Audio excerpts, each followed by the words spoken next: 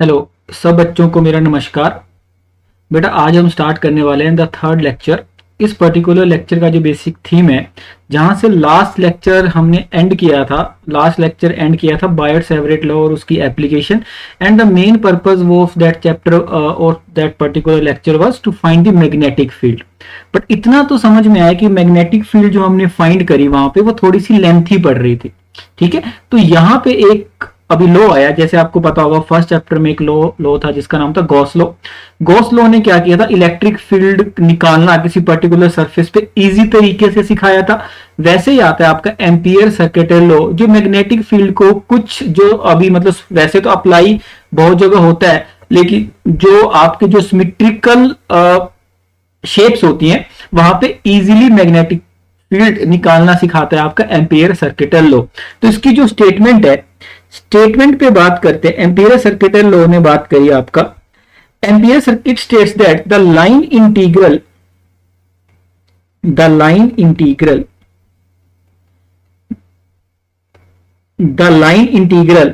Of the magnetic field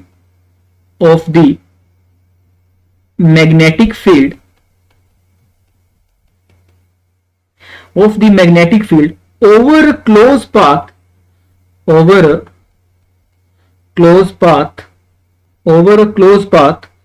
or loop equals to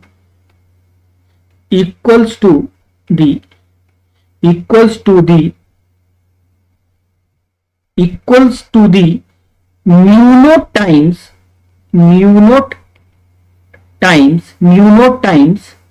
the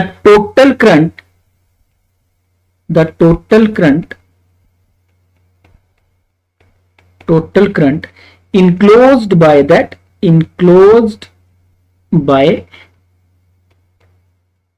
that loop. ठीक है जी, मतलब किसी पर्टिकुलर कोई हमने लूप मान के चलो, कोई भी लूप माना, सर्कल मान लेते हैं। ठीक है, इसमें मान के चलो कोई आई करंट है। वायर के केस में भी ऐसा होगा, आई करंट अंदर की डायरेक्शन को जा रहा है। ठीक है, आई करंट अंदर की डायरेक्शन को जा रहा है, तो आर डिस्टेंस पे आई करंट जा रहा है कहां पे, अंदर की डायरेक्शन को। तो इस लूप में कितना करंट इसके अंदर है, आई इन। ठीक है, सिर्फ आई उसकी वैल्यू है।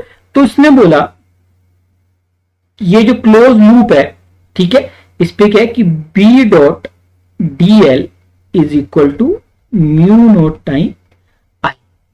ठीक है, म्यू नोट क्या है आपका, परमिएबिलिटी ऑफ फ्री स्पेस। तो यहां से क्या मैग्नेटिक फील्ड निकल आएगी। तो ये जो पर्टिकुलर लॉ है आपका, इस लॉ ने बात करी आपका, इजी कर दिया आपका मैग्नेटिक फील्ड निकालना। ठीक है, ये इसका मैथमेटिकल एक्सप्रेशन है, B dot D L is equal to mu naught I. यही है एम्पियर सर्किटल लॉ। इसकी एक एप्लीकेशन आपकी बुक में है, उससे और ज्यादा समझ में आएगा। इट सेड कि एक वायर है, वायर में जो करंट है वो आई डायरेक्शन में ऐसे जा रहा है। ठीक है, मैंने क्या किया, यहां पे एक लूप लिया आर डिस्टेंस पे। अब अगर इसको मैं बोल सकते हो कि अगर इसको मैं 90 डिग्री टिल्ट कर देता हूं तो कैसे दिखाई देगा, यही आपको जो करंट है, जो ऊपर वाला डायग्राम में कुछ ऐसा दिखाई देगा। ये करंट आई करंट कहां जा रहा है, अंदर जा रहा है। ठीक है, अब यहां से आर डिस्टेंस पे मेरे से मैग्नेटिक फील्ड पूछ ली। ठीक है, आर डिस्टेंस पे, ठीक है, आर डिस्टेंस पे मेरे से मैग्नेटिक फील्ड पूछ ले कोई। आर डिस्टेंस पे मैग्नेटिक फील्ड पूछ ले कोई। ठीक है, आई करंट पास कर रहा है और आर डिस्टेंस पे क्या है कि कोई मेरे से मैग्नेटिक फील्ड पूछ ले, तो मैं एम्पियर सर्किटल लॉ कैसे लगाऊंगा। ठीक है, तो B dot D L is equal to mu naught I, है ना, क्योंकि इसको बोला मैंने एम्पीरियन सरफेस। जैसे वहां पे क्या होता था, एम्पीरियन लूप बोलते हैं, वैसे तो सरफेस चलो यहां पे मान लिया। जैसे आपका वहां पे क्या मानते थे, गॉसियन सरफेस मानते थे। ठीक है, तो बस सिंपल बी अगर निकालना है तो डीएल को इंटीग्रेट करोगे तो क्या आएगा, 2 pi R mu naught I in, तो बी की वैल्यू कितनी आएगी, mu naught I in divide by 2 pi R. ठीक है, ये आया आपका।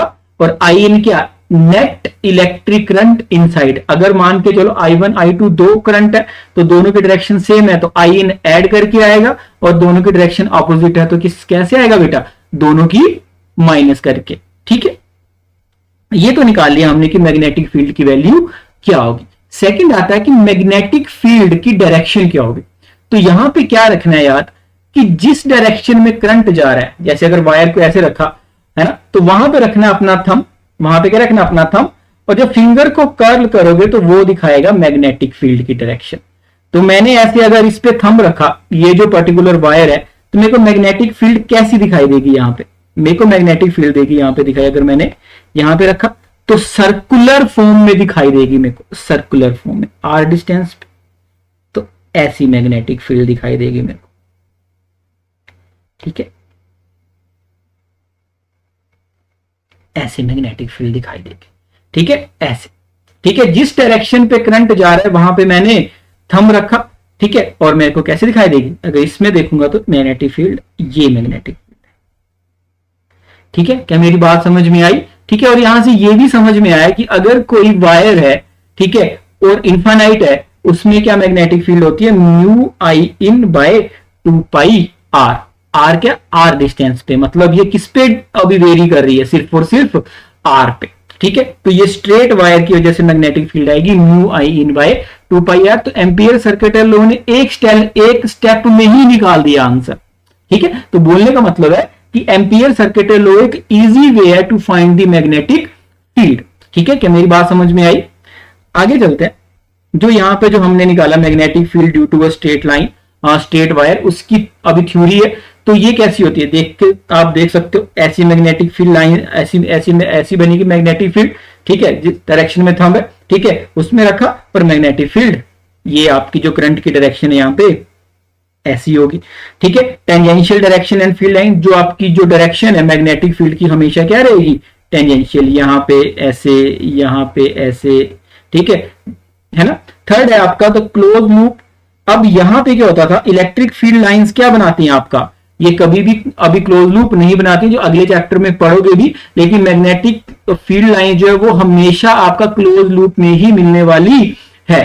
ठीक है, मैग्नीट्यूड आपका आर के साथ वेरी कर रहा है, और डायरेक्शन कैसे है कि ये देखो मैंने डायरेक्शन भी सिखाई, द राइट हैंड रूल, है ना। वायर क्या क्या, थंब की डायरेक्शन में क्या रखना है, जहां पे करंट और जहां पे आपका कर्ल आ रहा है वो आपकी मैग्नेटिक फील्ड बताएगा। सिंपल थ्योरी जो हमने सीखी, Ampere circuital law, simple integral of B dot D L is equal to mu naught I in, mu naught I in. अगला जो एग्जांपल उससे और ज्यादा अच्छे से समझ में आएगा कि ये कैसे अप्लाई किया जाएगा।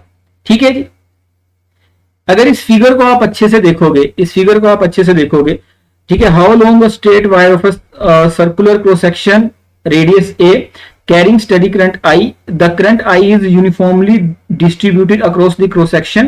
Calculate the magnetic field जब R A से छोटा है और जब R A से बड़ा है। ठीक है, तो अब मेरे को कैसे यूज करना है, ये एम्पियर सर्किटल लॉ के थ्रू को यूज करके यहाँ पे दो पॉइंट्स हैं, एक तो वायर के बाहर है R डिस्टेंस पे P, और दूसरा वायर के अंदर है।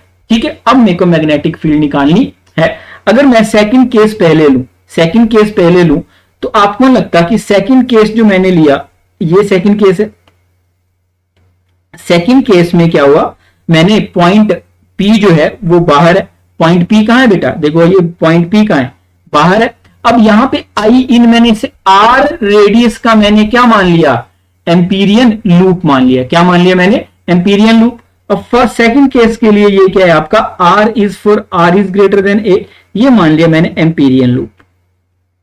ठीक है, अब एम्पियर सर्किटल लॉ ने क्या आपको शो किया, एम्पियर सर्किटल लॉ ने बोला कि integration of B dot DL is equal to mu naught I in. अब यहां पे क्या है, डीएल क्या है पूरा। ठीक है, तो इसको मैं क्या लिख सकता हूं, B is equal to same जो ऊपर किया वही है, I current I in divide by 2 pi R. ठीक है, सिंपल किया, बात समझ में आई। अब इस एग्जांपल को दिखाने का मतलब है कि जब आर की वैल्यू ए से कम है, सेकंड केस क्या माना मैंने, आर क्या माना मैंने, आर अगर मैं यहां पे दिखाऊं सेकंड केस, या मैं नीचे भी बनाता हूं, ये वायर है ना, इसमें आई करंट जा रहा है। ठीक है, अब क्या करता हूं मैं, अंदर मानता हूं एक लूप। ठीक है, अंदर एक लूप माना मैंने और यहां पे माना मैंने आर, स्मॉल आर। ठीक है, नया केस है और जो ए है वो ये है। ठीक है, अब इस पूरी वायर से कितना करंट पास कर रहा है, आई पास कर रहा है। कितना पास कर रहा है बेटा, आई। अब मैंने क्या करना, अब इस छोटा जो मैंने लूप माना जिसका रेडियस स्मॉल आ रहा है, इससे कितना करंट पास कर रहा है। तो पहले तो मैं क्या निकालता हूं, आपका क्या निकालता हूं, करंट पर यूनिट एरिया निकालता हूं। ठीक है, करंट पर यूनिट एरिया क्या होगा, करंट पर यूनिट एरिया मैंने निकाला। ठीक है, मैंने क्या निकाला, करंट पर यूनिट एरिया निकाला, तो वो आएगा आपका आई अपॉन ए और वो आएगा आपका आई अपॉन पाई ए स्क्वायर, क्योंकि ए क्या इस वायर की रेडियस है, आर हमने क्या माना, एम्पीरियन लूप माना। तो इस एम्पीरियन लूप से कितना करंट पास करेगा, ये क्या माना हमने, एम्पीरियन लूप है ना। Then the current passes through Amperian loop, Amperian loop कितना पास करे, अगर पर यूनिट एरिया से पास कर रहा है, पर यूनिट एरिया से पास कर रहा है आई बाय पाई ए स्क्वायर, तो उसका एरिया कितना होगा, पाई आर स्क्वायर। तो कितना करंट पास करेगा, आई ये per unit area into pi R square, pi से पाई कट गया तो कितना करंट आया, I into R square by A square. Simple सी बात है ना, पूरी वायर से आई जा रहा है, जब उससे छोटा लेंगे तो वो तो कम ही आएगा। ठीक है, तो आई इन की वैल्यू आ गई आपका इतना। अब सिंपल क्या फाइंड करेंगे हम, we will find the, use the Ampere circuital law. Ampere circuital law ने क्या बोला है कि B dot D L is equal to mu naught I in, B की वैल्यू कितनी आएगी, म्यू नॉट आई इन की वैल्यू कितनी है, I R square by A square, और डीएल को इंटीग्रेट किया 2 पाई आर, तो वो यहां पे आ गया, वो आ गया आपका यहां पे 2 पाई आर। क्या मेरी बात समझ में आई, यहां पे क्या हुआ, आर से आर कट गया और value I mu naught I by 2 पाई, ठीक है, ए स्क्वायर इंटू आर, है ना, ए कांस्टेंट। तो बोलने का मतलब है जो पॉइंट आपका वायर के बाहर था, जो पॉइंट आपका वायर के बाहर था, तो क्या अगर यहां पे देखोगे फर्स्ट केस में B is directly proportional to 1 by R, और सेकंड केस में देखोगे up to A, B is directly proportional to R. तो मेरी बात समझ में आई। अगर ग्राफ प्लॉट किया जाए, सिंपल टर्म्स में अगर ग्राफ प्लॉट किया जाए, यहां पे मान लेते हैं पॉइंट ए, यहां पे क्या मान लेते हैं पॉइंट ए, तो इस पॉइंट ए तक जो वायर की रेडियस है, मतलब वायर के सरफेस तक, क्या magnetic field is directly proportional to R. और उसके बाद कैसे हो रही है बेटा, कुछ हाइपरबोला सा, B is directly proportional to 1 by, तो यहां पे क्या है आपका, यहां पे A पॉइंट तक डायरेक्टली प्रोपोर्शनल कर रही है। ठीक है, तो मैक्सिमम वैल्यू कितनी होगी, जब A की वैल्यू क्या हो जाएगी, R, और उसको लिखेंगे हम म्यू नॉट आई बाय ए।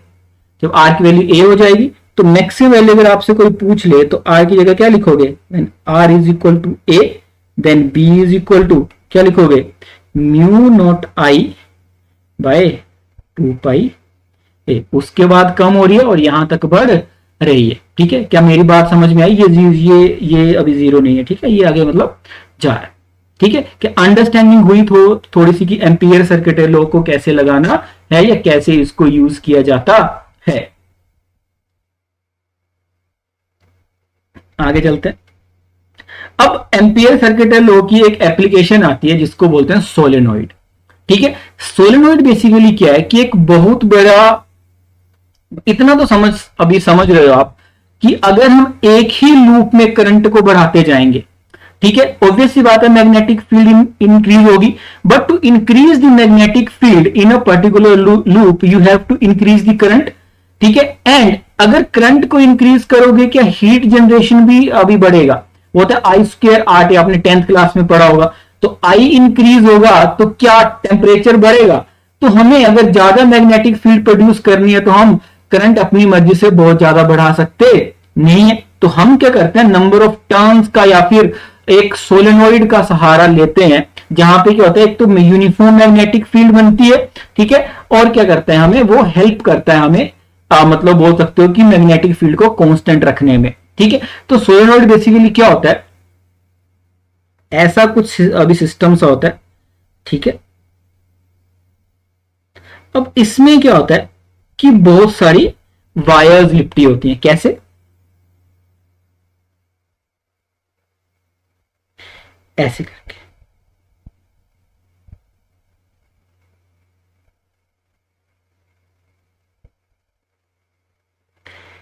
ऐसे करके,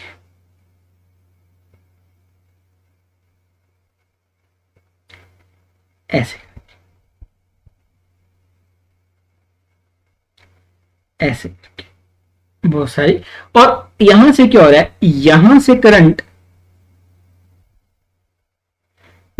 करंट जा रहा है आपका, यहां से करंट ऐसे ऐसे फ्लो कर रहा है, ऐसे फ्लो कर रहा है, ऐसे फ्लो कर रहा है।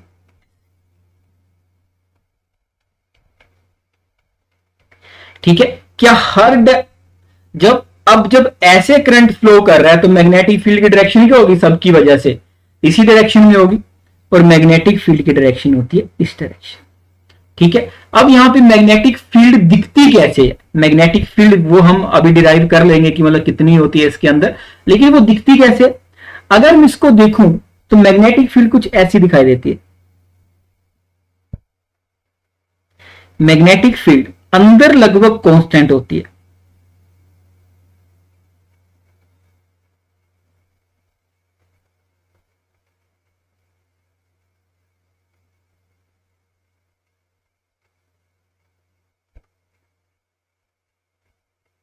सी आपको मैग्नेटिक फील्ड दिखाई देती है।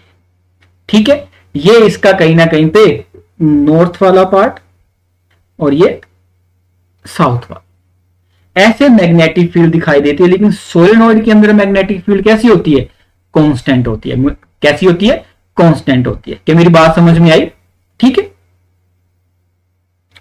अब माना आई करंट पास कर, अब इसमें मैग्नेटिक फील्ड कैसे निकालते हैं वो थोड़ा सा सीख लेते हैं।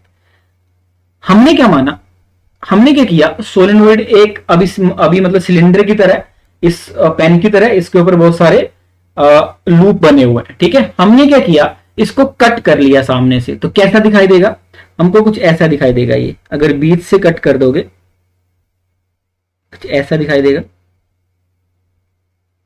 ठीक है, और क्या ऊपर वाले सरफेस से करंट बाहर को आ रहा है, क्या कुछ ऐसा दिखाई देगा करंट,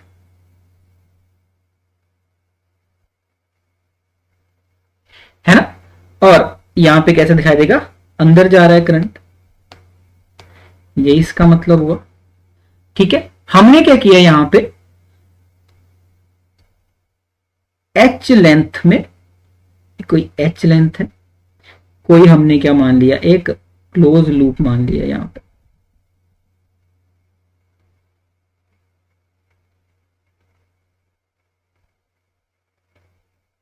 हमने क्या किया, एक क्लोज लूप मान लिया, इसकी लेंथ मान ली हमने L, A B C D मान लो, ए बी सी डी मान लिया। अब मैग्नेटिक फील्ड के लिए रिस्पॉन्सिबल कौन है, सिर्फ और सिर्फ ए बी पार्ट, बाकियों से कोई लेना, डीसी तो बाहर ही है, ठीक है, लेकिन मैग्नेटिक फील्ड के लिए अभी रिस्पॉन्सिबल कौन है, ए बी पार्ट। बात समझ में आ गई। अब अगर मैं मैग्नेटिक फील्ड लिखने जाऊंगा अकॉर्डिंग टू, अब ठीक है, और एक से कितना करंट पास कर रहा है, आई करंट पास कर रहा है, ठीक है, हमें फाइंड करना है आई इन। तो कुछ एक और टर्म्स को डिफाइन करते हैं जिसको बोलते हैं N, N small N, number of turns, number of turns per unit length.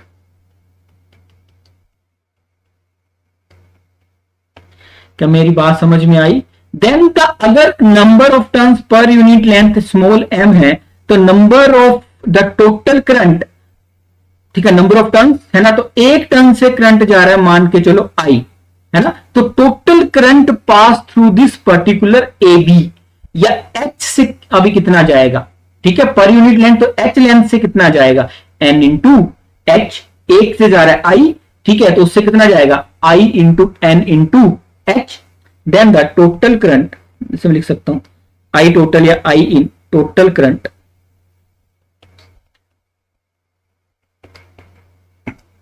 passing through h length is equal to I, एक से जा रहा था, n इंटू h। क्या मेरी बात समझ में आई? ठीक है, अब मैं लगाता हूं इस लूप पे Ampere circuital law. Ampere circuital law ने बात करी B dot L is equal to mu naught I in, और आई इन की वैल्यू कितनी है, आई एन इंटू एच, तो मैं इसको लिखना चाहूंगा बी, और एल की वैल्यू कितनी है, एच, इसी अभी लेंथ पे निकालना है हमें, ठीक है, म्यू नॉट आई इन की value I N into H, H से एच कट गया, B is equal to mu naught N I. ये फॉर्मूला आपको याद रखना, लेकिन पता होना चाहिए कि क्या क्या है। म्यू नॉट पता है क्या होता है, एन की वैल्यू क्या होती है, number of turns per unit length, है ना, और आई क्या है, the current passing through the wire. तो पूरी जो वायर्स है उसमें कितना करंट होगा, एन इंटू आई, ये याद रखना है। क्या मेरी बात समझ में आई? और यहां पे लगाया हमने ये लगाया हमने एम्पियर सर्किटल लॉ, यहां पे एम्पियर सर्किटल लॉ। क्या मेरी बात समझ में आई? ठीक है, यहां के बाद आपकी थोड़ी सी अंडरस्टैंडिंग और बढ़ेगी कि एम्पियर सर्किटल लॉ कैसे यूज करना है। तो क्या जो सोलेनोइड है उसमें कितनी आएगी अभी magnetic field, mu naught N into I, लेकिन एन क्या है इसमें, number of turns per unit length, पता होना चाहिए। ठीक है, आगे आई थिंक एक अभी एग्जांपल भी है जिससे और समझ में आएगा। ठीक है जी, जैसे ये वाला एग्जांपल है, a solenoid of length 0.5 m meter has a radius of 1 centimeter and is made up of 500 turns, carries a current of 5 ampere. What is the magnitude of the magnetic field inside the solenoid?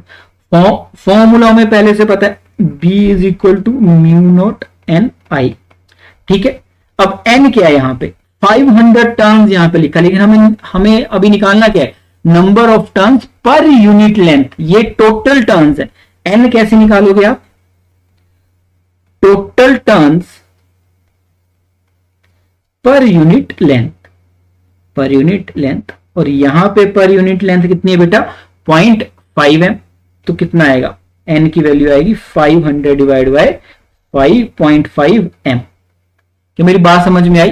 अब formula put करना है, तो कैसे formula use करना है इसकी understanding थोड़ी सी आपको होनी चाहिए।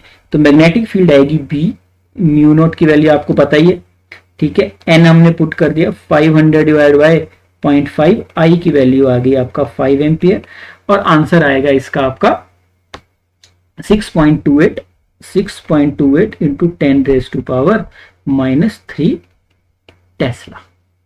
ठीक है, आई होप आपकी अंडरस्टैंडिंग इंक्रीज हुई होगी कि सोलेनोइड में फॉर्मूला कैसे लगेगा। ठीक है, पर अभी मतलब जो बच्चे होते हैं ना डायरेक्टली n मल्टीप्लाई कर देते हैं, लेकिन जो फॉर्मूले में जो है जो सिंपल है वो क्या, आपका total number of turns per unit length, total number of turns per unit length, तो ये आपको लगाना आना चाहिए। ठीक है, आई होप आपको मेरी बात यहां तक समझ में आई होगी। ठीक है जी, आगे चलते हैं। आगे आता है आपका force between two parallel currents the ampere. यहां पे आपका एम्पियर को भी अभी डिफाइन करेंगे, लेकिन सबसे पहले बात आती है कि फोर्स निकालनी है आपको। ठीक है, फोर्स निकालनी है दो पैरेलल कंडक्टर्स के बीच में। ठीक है, फॉर एग्जांपल आपसे कोई पूछे, ठीक है, कैसे करेंगे, लेट दो हमने मान लिए कंडक्टर, एक ये मान लिए, ये मान लिया, इसकी कोई लेंथ चूज कर लिया हमने। यहां पे ये कंडक्टर ए है, ये कंडक्टर बी है, और इसकी यहां पे लेंथ मान लिया हमने। इसमें करंट पास कर रहा है आई इंटू ए, और इससे पास कर रहा है आपका आई बी। ठीक है, कोई बड़ी बात नहीं है।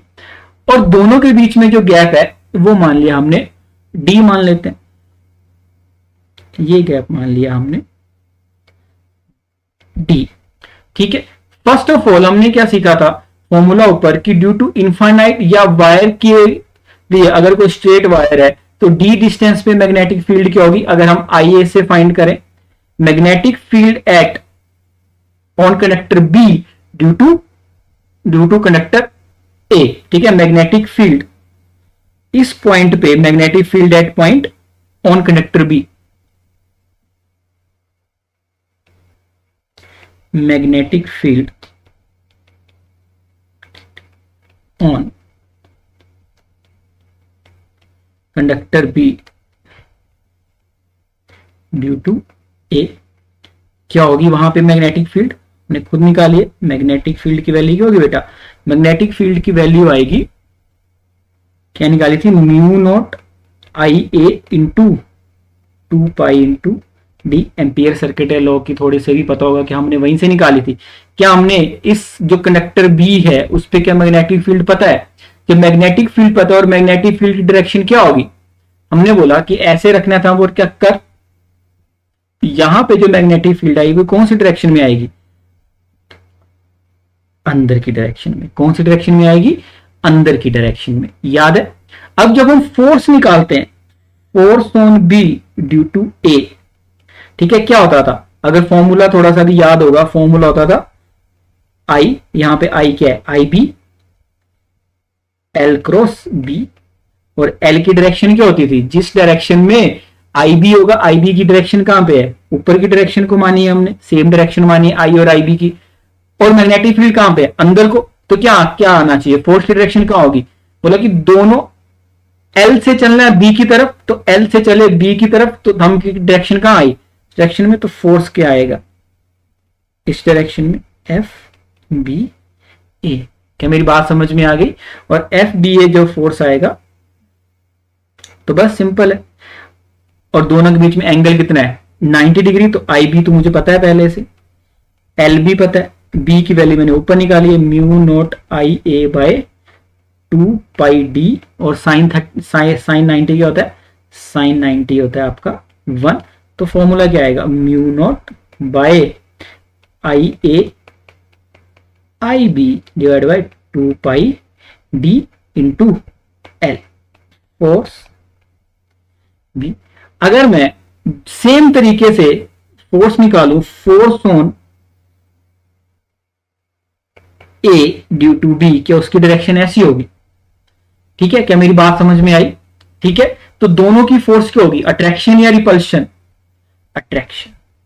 और आपको नहीं लगता कि F B A is equal to minus of F A B, निकालने का तरीका सेम, लेकिन दोनों की माइनस साइन क्या शो कर रहा है, आपका डायरेक्शन को, क्या कर रहा है, शो डायरेक्शन को, और दोनों किसी मतलब डिफरेंट ऑब्जेक्ट पे लग रहे हैं, that's why they follow Newton's third law.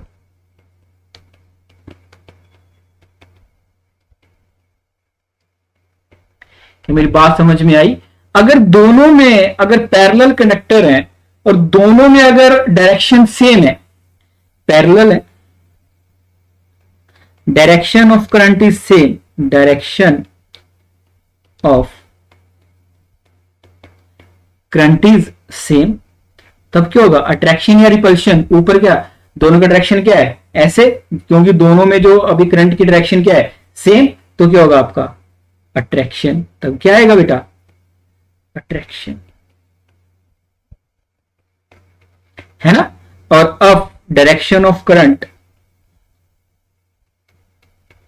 Direction of current opposite. If direction of current क्या है, अपोजिट है, if direction of current is opposite, तब आंसर कितना आएगा बेटा, रिपल्शन। ये छोटी छोटी बातें आपको पता होनी चाहिए, ठीक है। क्या मेरी बात समझ में आ गई। चलो एग्जाम्पल कर लेते हैं। एग्जाम्पल है, the horizontal component of earth magnetic field at a certain place is this and the direction of the geography south to the geographic north. A steady current of 1 ampere जा रहा है। What is the force per unit length on it when it is placed on a horizontal table and direction of current is east to west and second है आपका south to north, ठीक है जी। अब पहली बात तो अर्थ मैग्नेटिज्म की बात करते हैं, अर्थ मैग्नेटिज्म की बात करते हैं तो मैग्नेटिक फील्ड कहां से कहां फ्लो करती है, अर्थ के अंदर साउथ से। अगर अर्थ के अंदर बात करते हैं हम, अर्थ के अंदर तो कहां करती है, नॉर्थ से साउथ टू नॉर्थ करती है ज्योग्राफिकल, है ना, और बाहर करती है आपका नॉर्थ से साउथ, वो आप नेक्स्ट स्टेप उसमें पढ़ लोगे, ठीक है। लेकिन इतना समझ में आता है कि जो ये मैग्नेटिक फील्ड की वैल्यू दी है वो क्या है आपकी, ऐसे वेरी कर रही है, कहां पे, इस डायरेक्शन में, और उसकी वैल्यू है 3 × 10⁻⁻5 टेस्ला। अब क्या किया है, जो स्टडी करंट है आपका आई, स्टडी करंट फर्स्ट केस में फ्लो कर रहा है, फर्स्ट केस में अगर बात करो, फर्स्ट केस में फ्लो कर रहा है आपका east to west, east to west कर रहा है, ईस्ट टू वेस्ट। उसकी वैल्यू कितनी है, ये मान लिया हमने नॉर्थ, ये मान लिया साउथ, ईस्ट, ईस्ट की वैल्यू, ईस्ट कितना है, ईस्ट से कितना कर रहा है 1, ये ईस्ट मान लिया, ये वेस्ट मान लिया, ठीक है। और यहां से कर रहा है करंट 1 एम्पियर पास कर रहा है, 1 एम्पियर। और इसमें फोर्स पूछी है, तो फोर्स क्या होगी बेटा, फोर्स, फोर्स क्या होगी, फोर्स क्या होता है, आई एल इंटू बी, पर यहां पे पूछा फोर्स पर यूनिट लेंथ, जैसे फोर्स क्या होते हैं, I is equal to L cross B, और दोनों के बीच में एंगल कितना है आपका 90, तो फोर्स पर यूनिट लेंथ हो जाएगा आई इंटू बी, आई की वैल्यू कितना है 1 और बी की वैल्यू यही, तो यही वैल्यू आ जाएगी न्यूटन पर मीटर। क्या पहला केस समझ में आया, ठीक है। दूसरे केस में क्या, जो अभी करंट है, अब मैग्नेटिक फील्ड भी जा रही है इसी डायरेक्शन में, इसके लिए 3 × 10⁻⁻5 टेस्ला, है ना। और जो करंट है वो भी जा रहा है बेटा इसी डायरेक्शन में, लिखा है साउथ टू नॉर्थ, वो भी जा रहा है किस डायरेक्शन में, इसी डायरेक्शन में, जो भी वैल्यू है। तो क्या एल और आई की डायरेक्शन सेम होती है, तो यहां सेकंड केस में थीटा इज इक्वल टू 0, तो सेकंड केस में आएगा force per unit length is equal to 0। क्या मेरी बात समझ में आई, आई होप आपकी थोड़ी सी अंडरस्टैंडिंग इंक्रीज हुई होगी। कैसे फॉर्मूले लगाने, बिल्कुल परेशान नहीं होना, क्वेश्चन को समझने की ट्राई करनी है, ठीक है। आज के लिए इतना काफी है, नेक्स्ट चैप्टर पे स्टार्ट करेंगे कि जैसे टॉर्क को कैसे लिखा जाए या फिर मूविंग कॉइल गैल्वेनोमीटर को कैसे सॉल्व करना है। लेकिन हाँ, अच्छे से मतलब बेसिक से भी चलना है। यहाँ पे बहुत सारी चीजें हैं जो फर्स्ट चैप्टर से रिलेट होती हैं, सब कुछ अपने हाथ से करना है। आपको लिखना आना चाहिए, पेन चलाना आना चाहिए, ठीक है। वीडियो सुनना ठीक है, फिर से वही बात, लेकिन जब तक आप खुद से प्रैक्टिस नहीं करोगे ज्यादा कुछ रिजल्ट आने वाला नहीं है, ठीक है। So thank you so much, take care, ठीक है, ध्यान रखिए अपना।